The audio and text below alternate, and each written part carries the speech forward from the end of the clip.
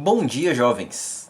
Então vamos aí para a segunda parte do capítulo 8, né? A gente parou falando sobre o café, né? Como ele surgiu ali como a grande mercadoria da economia brasileira por um longo tempo, né? Até tirou aquela importância do Nordeste com o açúcar e passou a importância econômica e política para a região Sudeste, né? A ponto da capital sair de Salvador e se transformar na nova capital, no Rio de Janeiro. Né? E a gente começa essa segunda parte do capítulo 8 falando justamente do período onde o café ele meio que ele quebra, né? A economia do café ela dá uma quebrada por conta de um motivo específico. Né? Não sei se vocês já viram isso na história, mas no ano de 1929 a Bolsa de Valores de Nova York ela quebra e esse episódio ele acaba criando uma crise econômica no mundo todo. Né? O Brasil vendia muito café para os Estados Unidos, tá certo? Até então, como é que era feita essa questão do café? O dinheiro circulava na região sudeste, então todo o desenvolvimento, toda a mão de obra que chegava, que é o que está falando dessa segunda parte, né, ela vinha para trabalhar nas lavouras de café. Primeiro, não eram os negros. Né, os negros eles tinham sido libertos ali em 1850 com a Lei Áurea, né, desde a Lei Eusébio de Queiroz, que proibia o tráfico de escravos, mas a Lei Áurea liberta os negros, e a partir daquele momento, então, a mão de obra escrava deixa de existir e passa a ser necessária a contratação de pessoas assalariadas. A população brasileira, né, os grandes senhores do café, os grandes senhores de engenho também do açúcar, mas principalmente agora os do café, né, que é o que a gente está falando, eles tinham meio que um ranço da população negra, né, da população que até então era escrava. E eles não concebiam contratar um negro, né? E o próprio governo também não queria muito essa questão da assimilação, da introdução do negro dentro da economia, né? Ele ficou meio marginalizado, né? Então foi uma proposta dos próprios senhores, dos donos, dos barões de café e do governo atrair mão de obra vinda da Europa, né? Principalmente porque a Europa também passava por um momento de crise, né? No início do século XX eles experimentam a Primeira Guerra, então os europeus eles acabam se deslocando para o Brasil e vendo ali no nosso país uma chance de melhorar de vida, né? De sair daquele contexto de guerra e melhorar de vida. Essa chegada dos europeus também vem acompanhada de uma chegada dos asiáticos, os japoneses principalmente, eles vêm numa grande leva depois dos anos 40, 50 para o Brasil, né, também para trabalhar nas lavouras de café, tá certo?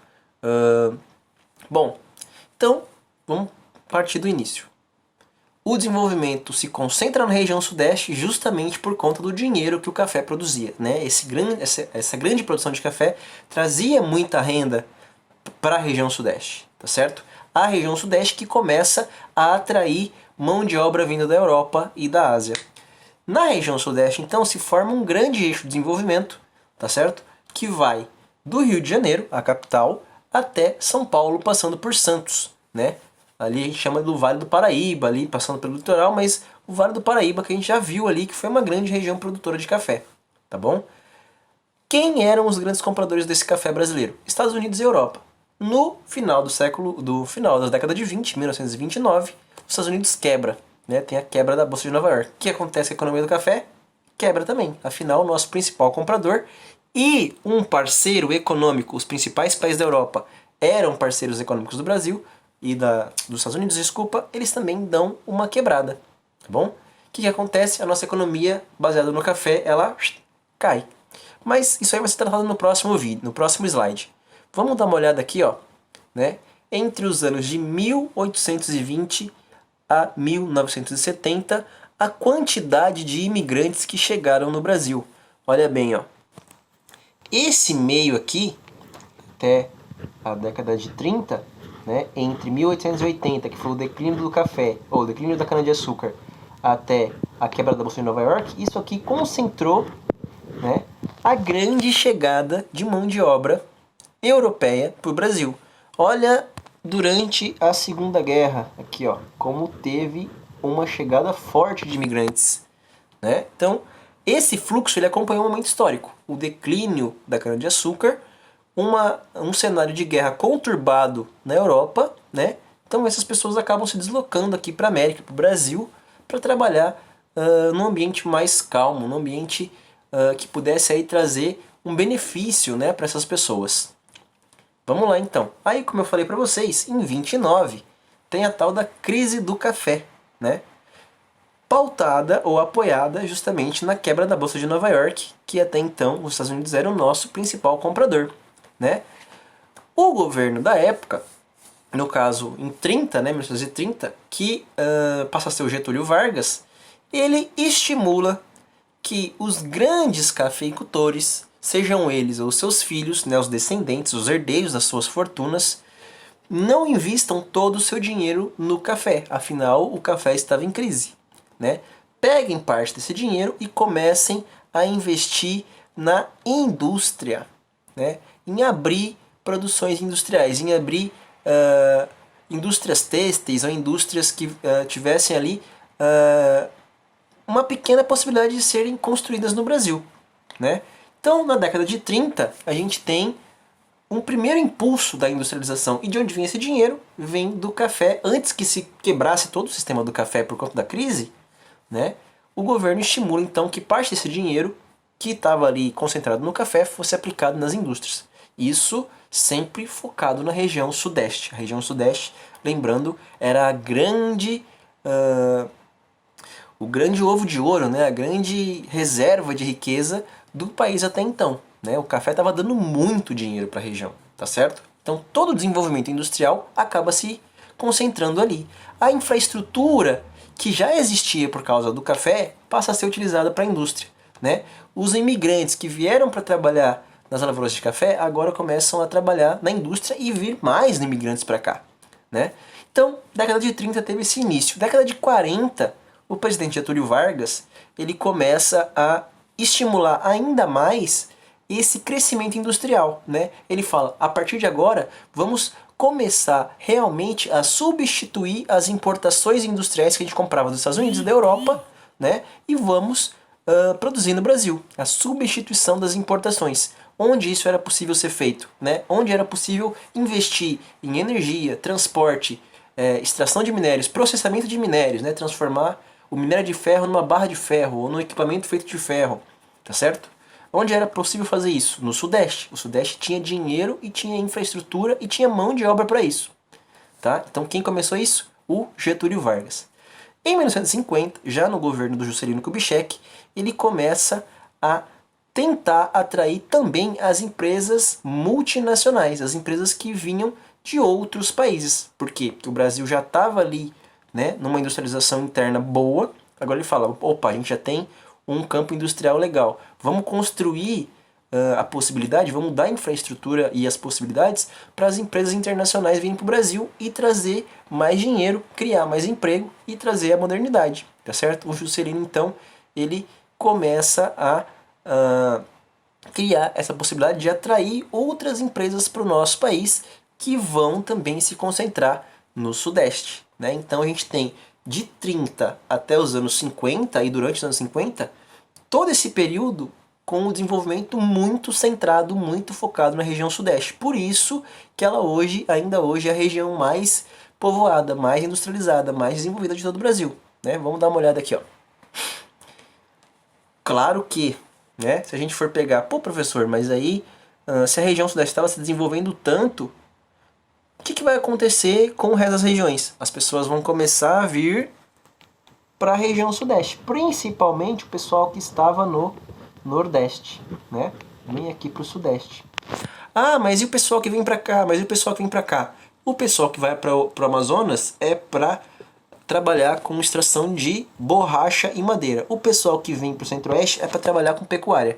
Mas grande parte do fluxo se concentra aqui no Sudeste, né? As pessoas vão trabalhar onde? Na indústria, vão procurar emprego nesse grande fluxo de capital e de investimento que está rolando no Sudeste, né? Olha aqui, ó, entre 1950 e 1970. Depois Aqui estão alguns Opa, resultados amiguinho. de uma pesquisa. Não quero pesquisa, Google. Obrigado. Apareceu aí sem querer. Vamos lá. Então, depois do investimento do Juscelino, a gente tem um fluxo de quê? De pessoas indo na direção do Sudeste para justamente aproveitar esses investimentos, aproveitar esse desenvolvimento que ocorreu na região, né? Faz sentido. Desenvolveu lá onde a gente vai lá para ganhar dinheiro, vai lá para melhorar de vida. Muitas pessoas do Nordeste acabam indo para o Sudeste, né? Os nortistas, os imigrantes, os retirantes, eles acabam fazendo essa migração interna na direção dos estados mais desenvolvidos na época. Vamos lá. Como a gente falou, né? Quem eram os dois estados que concentravam essa urbanização, né, esse desenvolvimento? São Paulo e Rio de Janeiro. Para vocês terem ideia, a capital do Rio de Janeiro, o entorno dela, concentra 80% da população do estado, né? Ou seja, os municípios que estão em volta da cidade do Rio de Janeiro, todos eles, 8 de cada 10 habitantes do estado estão ali em volta, né? Aí você tem outras regiões que acabam também sendo mais desenvolvidas. O litoral, que é onde está o rio, a região serrana, né, onde você tem ali a Serra do Espinhaço, e o norte do estado, já na divisa com o Espírito Santo. São Paulo. São Paulo ele já está um pouco mais difuso, até porque o estado é maior. Né? Você tem a região metropolitana ali, em volta de São Paulo, até Santos, né? E essa ligação entre Rio de Janeiro e São Paulo pelo Vale do Paraíba, mas o interior de São Paulo também acaba tendo regiões bem desenvolvidas, né? São José dos Campos, Campinas, atualmente você pode colocar São José do Rio Preto, Bauru, né? Tem várias regiões, Rio Claro, né? Várias regiões, até Presidente Prudente, lá bem na bordinha do estado, também já pode ser considerado uma região desenvolvida, tá certo? Por quê? Porque essa grande região metropolitana, ela dá uma saturada, né? E tudo que satura começa a perder qualidade. Então, o estado de São Paulo, por ser muito rico, ele acaba tendo esses outros centros econômicos também fora da capital, né? Rio de Janeiro, como ele é menorzinho, tá mais perto, tá certo? A capital ela acaba sobrecarregando. Mas em São Paulo essa distribuição de desenvolvimento tá mais distribuída, tá bom? Olha aí, esse eixo, né, Rio-São Paulo, ele concentra tanta riqueza, tanto desenvolvimento, tanto parque industrial, tanta capacidade produtiva, tanta mão de obra, né, que há aí em formação o que a gente chama de megalópole. O que é uma megalópole? Quando duas grandes cidades, que são metrópoles, que ao entorno dela tem outras cidades que também são grandes, que aí formam uma região metropolitana, né? Duas regiões metropolitanas, onde você tem duas cidades muito grandes, no caso Rio de Janeiro e São Paulo, elas crescem tanto, e as cidades dela, perto delas crescem tanto, que você tem a formação de uma área contínua de cidades muito desenvolvidas. Né? É o que acontece aqui entre Rio de Janeiro e São Paulo. Todo esse eixo Rio de Janeiro e São Paulo, ele acaba formando a grande megalópole Rio-São Paulo, né? Ou São Paulo-Rio de Janeiro, tá bom? Até uma parte de Minas aqui, ó, se a gente for pegar, já está recebendo influência desse grande desenvolvimento, né? Vamos lá. Isso aqui então é só um mapa para a gente ilustrar o que é essa megalópole Rio-São Paulo, né? Esse eixo com grandes indústrias, grande potencial de crescimento, grande concentração de dinheiro, como ele desenvolveu tanto a ponto de criar uma megalópole. Até uns anos atrás falava que essa megalópole estava em formação. Hoje você já encontra em alguns livros que ela existe, né? Que existe realmente uma megalópole Rio-São Paulo e que logo vai ter transportes, né? Vai ter o trem magnético lá que vai ligar uma cidade na outra. Vai ser um negócio que daqui a uns anos a gente vai enxergar, né? Vai ser visível essa ligação entre uma cidade e outra. Pessoal, aí a gente tem os outros dois estados, né? A gente falou muito sobre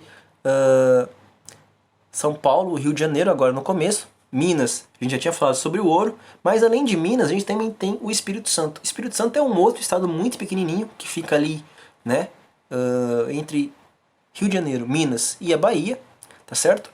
O grande potencial do Espírito Santo é o potencial turístico, né? Ele tem grandes cidades que são balneários, que são zonas de atração turística, mas ele também tem alguns centros industriais de importância, como Colatina e Nova Venécia, e também tem campos de extração de petróleo no mar. Tá? Então você tem ali uma certa diversificação da economia do Espírito Santo, mas entre todos os estados do Sudeste ele acaba sendo o menos desenvolvido. Não tira o potencial dele, mas entre todos ele acaba sendo o menos desenvolvido. né? Se você comparar entre Rio de Janeiro, São Paulo, Minas Gerais e Espírito Santo, ele está abaixo dos outros.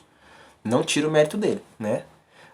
E aí a gente tem Minas Gerais. Minas Gerais, ela cresceu muito rápido, né? A gente lembra com o desenvolvimento ali, a atração que houve com o ouro, né? Foi muita gente muito rápido pro território de Minas Gerais, né? Isso fez com que ela crescesse muito rápido. E Belo Horizonte acaba sendo construída de forma planejada e crescendo muito rapidamente, tá certo? Então ela tem ali esse rápido desenvolvimento justamente pela influência desse superpovoamento que aconteceu no estado, né? Também é uma cidade com muito desenvolvimento, com campo industrial forte, com ótimas faculdades, né?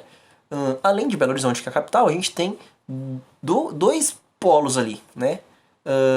O eixo histórico-cultural, que tem influência do ouro, né? Tiradentes, Ouro Preto, Mariana, né? Que são cidades históricas que têm essa ligação com o passado da extração do ouro, e o Triângulo Mineiro, né? Uberlândia, Uberaba, e agora me fugiu a outra agora, que são 3 cidades importantes na agroindústria, na produção de bens alimentícios agroindustriais, né? A ligação ali com o norte de São Paulo também tem essa influência, mas é um polo de desenvolvimento agroindustrial de Minas Gerais, tá bom? Então tá, vamos passar aí para o próximo slide. Gente, o Sudeste hoje, né? Como é que está essa região do Brasil?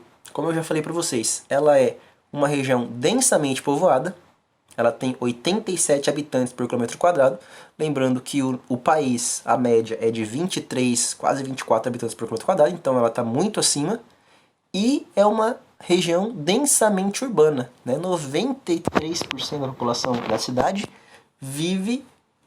do estado vive nas cidades, vive no espaço urbano, né? Como eu falei para vocês, todo esse histórico, desde 1920 e antes, né, se for pensar, do café, que ele vem desde o século 17.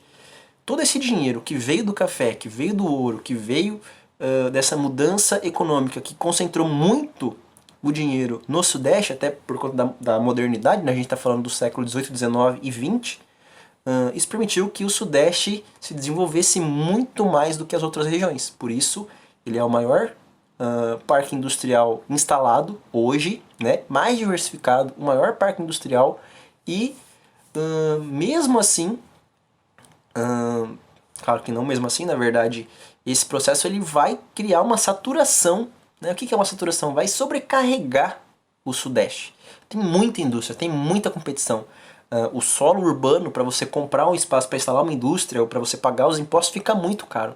O que acontece? Na década de 90, então, uma desconcentração. Desde o entre o século XIX e o século XX, há uma concentração.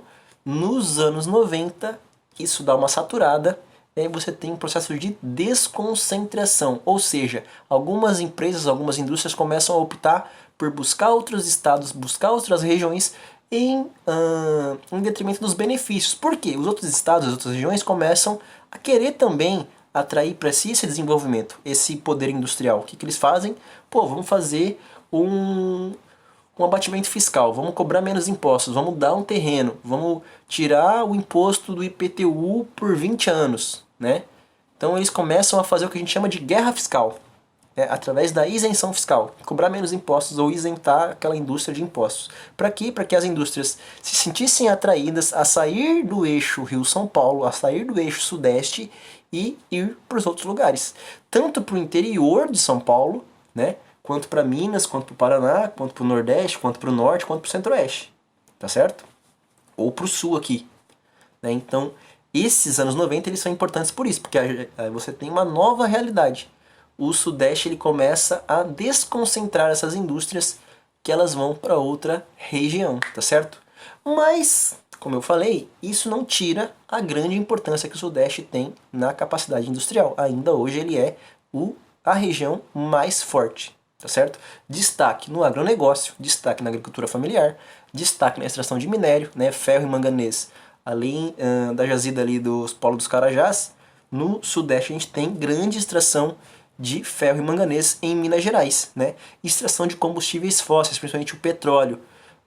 na região litorânea, né? Os campos de petróleo, o pré-sal e toda aquela região de extração no mar, boa parte dela está no Sudeste, né? Então a gente tem, o Sudeste tem um potencial muito forte de crescimento e de desenvolvimento industrial, porque é uma região que tem alguns benefícios históricos e também naturais que garantem isso para ela, né? Ela juntou os pedacinhos ali, historicamente falando, e isso garantiu que ela desenvolvesse esse potencial todo, tá certo? Pessoal, olha aí, ó, dá uma olhada na participação das regiões na produção industrial. Eu falei para vocês que o Sudeste é muito forte, olha aí, né? Dá pra gente ver nesse gráfico que está na apostila de vocês. O Sudeste, galera, tem 58,4% de toda a produção industrial nacional. Mais da metade é uma região só, né? Olha aí, ó, São Paulo com 36, Minas Gerais com 11, Rio de Janeiro com 8 e Espírito Santo com 2, né? Então, quase 40% de tudo que é produzido industrialmente no Brasil vem de São Paulo. Quase 60% de tudo que é produzido no Brasil vem do Sudeste, né? Então, é muita diferença. Opa, acabou. Vou voltar aqui no reproduzir novamente, ele vai voltar lá no começo da aula, mas não tem problema. Galera, então é o seguinte, né? Eu acho que esse vídeo ficou um pouquinho curto, mas como a gente tem aí, junto com esse vídeo, aquele gabarito das atividades lá do livro suplementar, então peguem esse tempinho, já coloquem aí, organizem o livro suplementar de vocês, o capítulo 8, né? Na aula passada a gente recebeu o gabarito do livro, né, da apostila, capítulo 8. Espero que vocês já tenham colocado em ordem. Agora, vocês recebem aí junto o gabarito do capítulo 8 do livro suplementar. Então já se organizem aí, porque o capítulo 8, o capítulo 9 e o capítulo 10 vão ser cobrados na segunda prova, né? Vão ser cobrados também aquele trabalhinho lá, aqueles pontinhos extras de caderno, ou de caderno não, porque esse bimestre não tem caderno, de apostila e de livro suplementar, né? Então, cada capítulo dá meio pontinho a mais. Se você precisar de nota, é bom que você faça para dar aquela ajudada show de bola. Tá certo, galera? Então é isso, a gente termina esse capítulo 8, né? Termina a primeira parte do Sudeste. No próximo capítulo, capítulo 9, também vai ser Sudeste, mas vamos falar um pouco sobre as questões naturais, né? Clima, vegetação, hidrografia, relevo e tudo mais. Então o capítulo 9 fica para a próxima semana, tá bom? Então fiquem bem. Bom descanso para vocês, beijo, beijo e tchau, tchau.